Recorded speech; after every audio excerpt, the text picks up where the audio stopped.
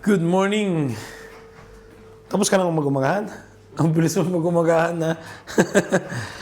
Ay, nang isang araw nakabili ako ng nalimutan ko ng lutuin. Ito. Itlog ng pugo. Quail egg. Medyo pricey dito. Ano dito? 250 euros.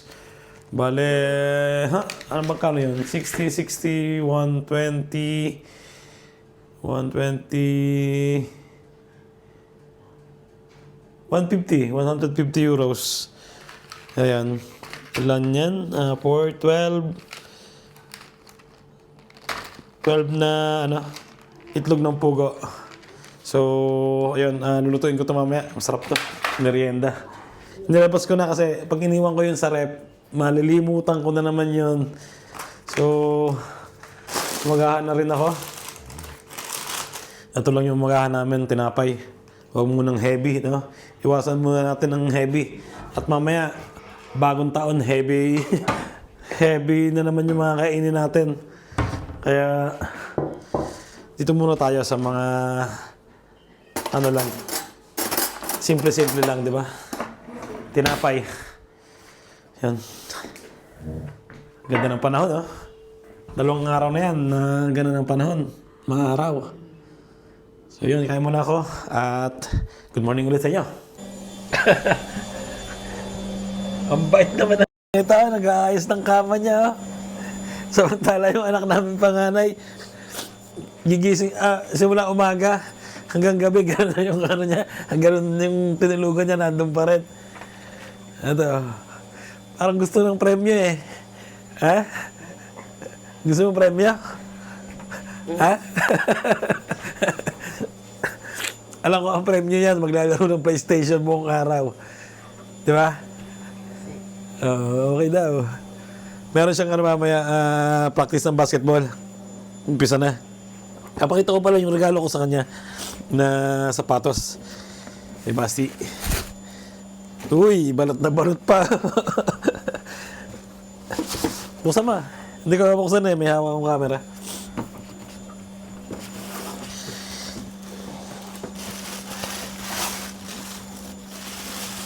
Yun, no? At ito yung request niya sa akin ngayong Pasko eh.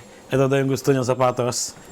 So, medyo pricey, pero gagamitin niya naman to sa doon sa mga bagay na may matututunan siya, katulad ng pagbabasketball, di ba? Mali niya maging player ng professional, di ba? Hindi natin masasabi. Tsaka, kasize ko siya eh. Kaya binilang ko siya nito para masuot ko rin. Pag lumana, ako na nagsusuot nito. Huwag niya lang masyadong bumudurin yung ilalim. Yeah. Anthony Edwards. Andito na kami sa park ng mga aso. Yan si Posty. Hey! Ay, Kolo! Brava! Hey! Ayaw niya ng pagkain ngayon eh. Minaamoy sigurong maihi ng aso doon. Ay, lumapit ngayon. Posty! Ayan na. Yun! Ha? Ay, Kolo! Ayan na. Eh, dito ka sa taas. Jira? Ju? No?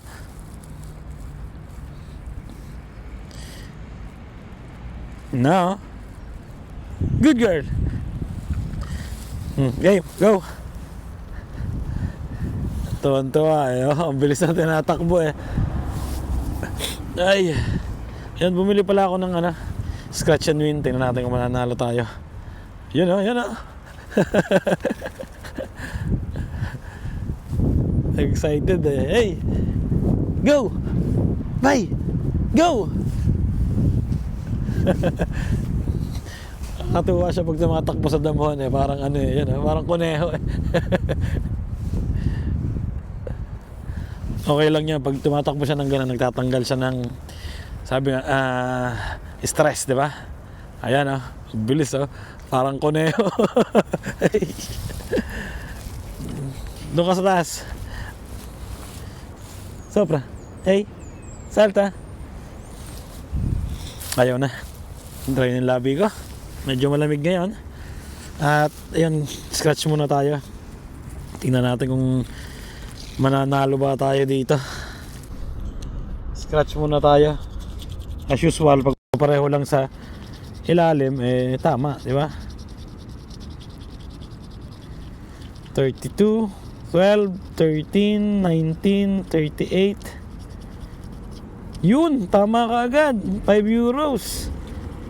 Bawi na sa taya. Isa pa. Akala ko may isa pa eh. Isa pa. Isa pa. Wala na.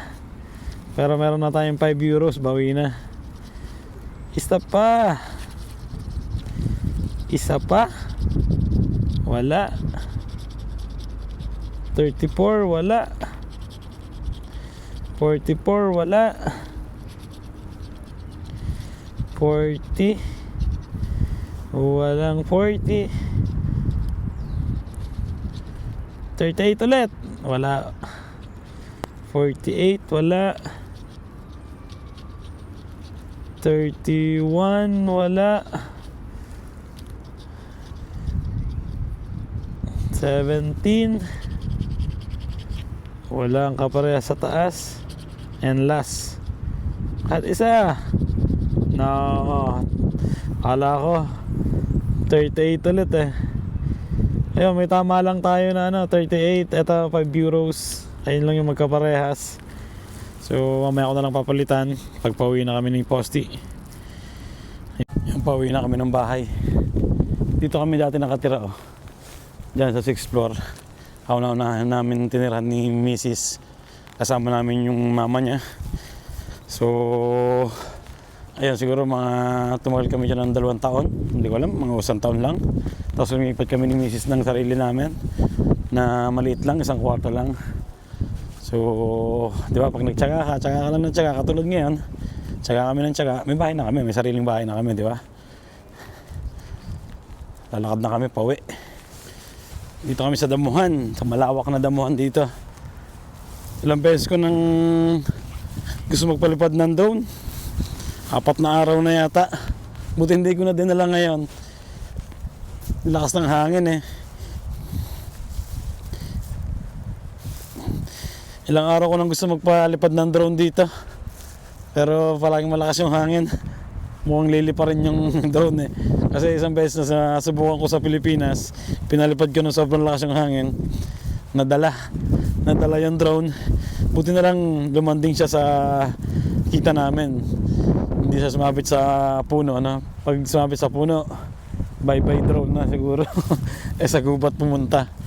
Buti na lang siya bumagsak sa damuhan. So yun, nakuha pa rin namin. Tara, Posti. Nay, magkano pa tayo? Magluluto pa tayo mamaya. Nandiyan na si mama. Si Mrs. nandiyan na mamaya. Tapos yung panganay namin, may trabaho daw siya ng tanghali tsaka hapon. Nagbabawi, di ba? Pagkatapos ng mga holiday na araw, ngayon pinapapasok siya. At mamaya may pupuntahan kaming isang negosyo. Balak namin mamili ng mga pang yelo. Punta kami ng bundok na may yelo. So pagdapas siguro ni Mrs. tingin kami ng mga damit masusuotin doon. Kailangan ng mga kapal talaga na ng mga jacket, di ba? Tsaka ng mga pantalon yung hindi nababasa. Ang dami kong napuntahan. Hindi pa pala ako nakakapag-beddings. Madayari ako ni Mrs. nito. Basti, tulungan mo muna ako. Nalimutan ko mag-beddings. Mamumura tayo ng mama mo. Nalimutan ko mag-beddings. Buti ka, naka-beddings ka na. Saan to? Sa lalim? Ayan. Kanin mo yung nasa lalim na. Ayan. Asin mo to. Na. Isa lang. Ayan. Lagay mo dun sa table ni mama mo. Ayan. Ay.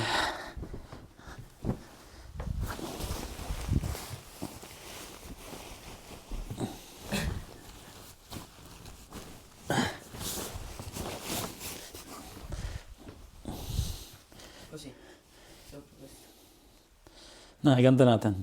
Hilahin mo dito sa baba. Magaling si Basti eh. Hilahin mo lang papagana na. Ayan. Kanin mo itong dulo.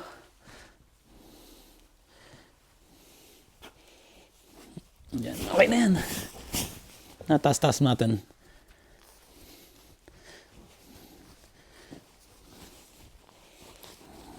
Okay na. Si Basti magaling magana ng kanyang kama eh. Magaling mag-ayos eh. Talagang iniisod niya pa yung kama eh. Nakita ko kanina. So yun, okay na. At luto naman. Si Kuya pumasok na sa trabaho niya. May trabaho siya ngayon. Umaga at hapon siya ngayon. So nakita ko yung steak with rice. Nakita ko may kami dito. Bahaw.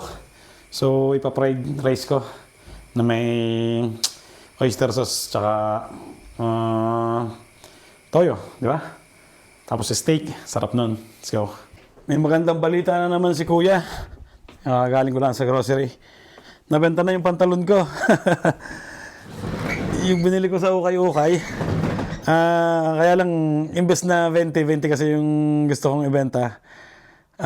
Tinawadan ng 15 euros. Pero okay lang yan, di ba? 5 euros lang naman yung puhunan ko doon. At least, sabi nga ng mga in-check, okay lang na kukunti yung kita basta madami. May puhunan na ulit ako, di ba? Siguro punta kami bukas ng... hindi pala kami makapunta bukas ng tindahan ng ukay-ukay. Kasi pupunta kami ng bundok. At magagala kami sa snow. Yun. Hindi pala kami makakapamili bukas. Sayang. Sana nagamit ko na agad yung, yung aking puhunan. So, hindi naman problema yun. May susunod pa naman. Ipunin lang naman muna natin, di ba? Nandito na si Mrs. Nasundo ko na. At nakaluto na rin ako ng tanghalian. Nakita ko lang to sa sa YouTube.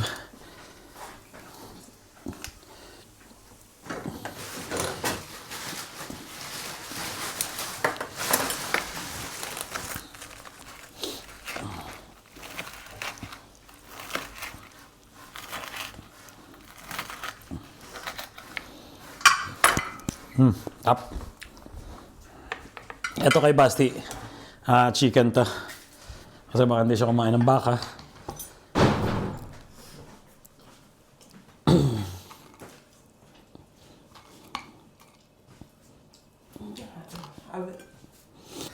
At syempre kami ni Mrs. itong baka.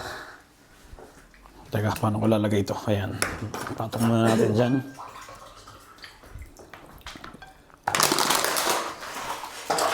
And boom. May natira pa ba? Wala na. Ano natira? Baka. Tsaka Basti. Basti! Nandiyan mo!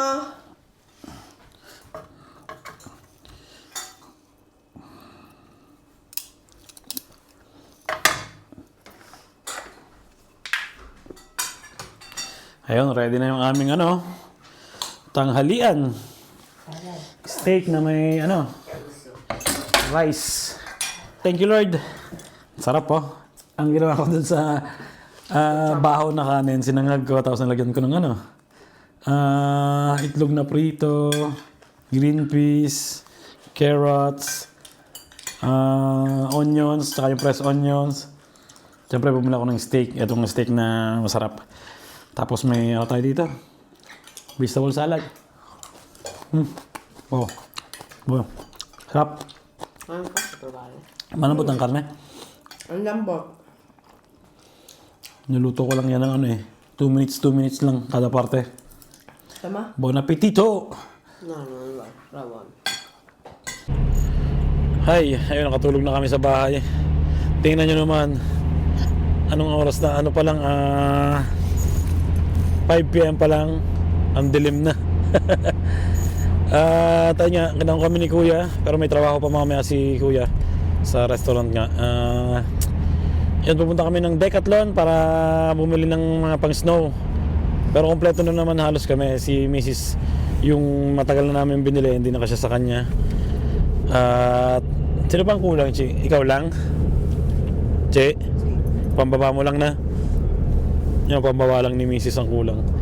So, one test pala. Wala pa rin. Si Marcos meron na? Ikaw? Anong guantes mo? Makapal din? Ha? Kasya pa sa'yo?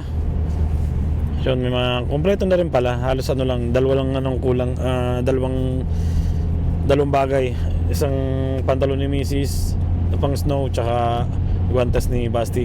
Meron si Basti kasi maliit na. Kasi nanggaling kami doon, ilang taon na yung nakalipas, sobrang liit pa ni Basti. So, ayun, padalawang beses na namin babalik doon sa bundok na yon. Super saya doon, daming snow. So, bukas pa naman yon. Tara, let's go.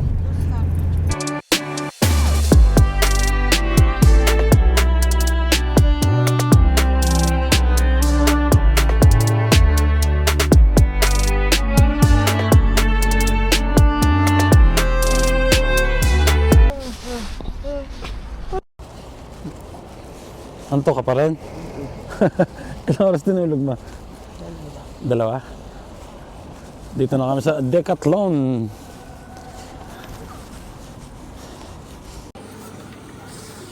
Wow! Bella. Tu serve così? Bene? Oh, ma compriamo.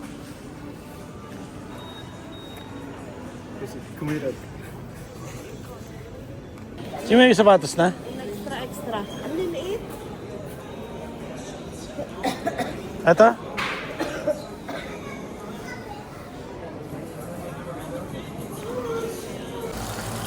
Ayun, nagsasaing na ako. Yan. Tapos, nagpiprito na rin ako ng isda. Pinakaluban ko, tumatabalsik eh. Sobrang tumabalsik. Nagpalit ako ng aking hoodie. Siyempre kakaligo ko lang, tapos yung suot ko kanina kakasuot ko lang. May agad ako mantika, kaya sinuot ko yung suot ko nung una, kahapon. Nakita ko dun sa Malibagan na damit. At ayun, nagtadtad pa ako ng isda, nilinis ko pa. Kasi dito, pag bumili ka ng isda, pag hindi mo binantayan, hindi nila tinatanggal yung hasang. Kanina, nag-ikot-ikot ako sa supermarket habang bumili ako ng isda. Pagdating ko sa bahay, hindi nila tinanggal yung hasang, nilinis ko pa. Kasi dito, pag sinabi mong linisin, tinatanggal lang nila yung mismong nasa tiyan. Pero hindi nila tinatanggal yung hasang. Teka lang. Kaya yon, kailangan mo pa linisin, tapos tinanggal ko pa yung, ang tawag dito, yung kaliskis niya. At okay na naman ngayon. Mag-ano sana ako, isang prito, tapos yung isa, sasaing ko sana. Yung parang pinais, yung may suka. Ang problema naman ayun, wala pa lang sibuyas. Galing na ako ng supermarket, hindi pa ako nakabili ng sibuyas eh. Kaya, pinirito ko na lang lahat. Okay naman din yung masarap din naman. Babawi na lang sa sausawan, di ba? Gagawa ko ng toyo na may kamatis tsaka sibuyas. Wala pa rin din sibuyas. Pero pwede naman ilagay siguro yung ano. Siguro may ano naman dito. Yun, may ano pala dito. Onion, pressed onions. Ito na lang yung lalagay ko sa sausawan. So, prito muna ako. Ayun, ready na. Chimero na, toyo. Suka. Toyo tsaka ano, kumuha ako. Gusto mo rin suka? Sige. Ayun, ready na ang aming hapunan. Thank you Lord na naman. Para tong tilapia, sobrang lutong yan, di ba?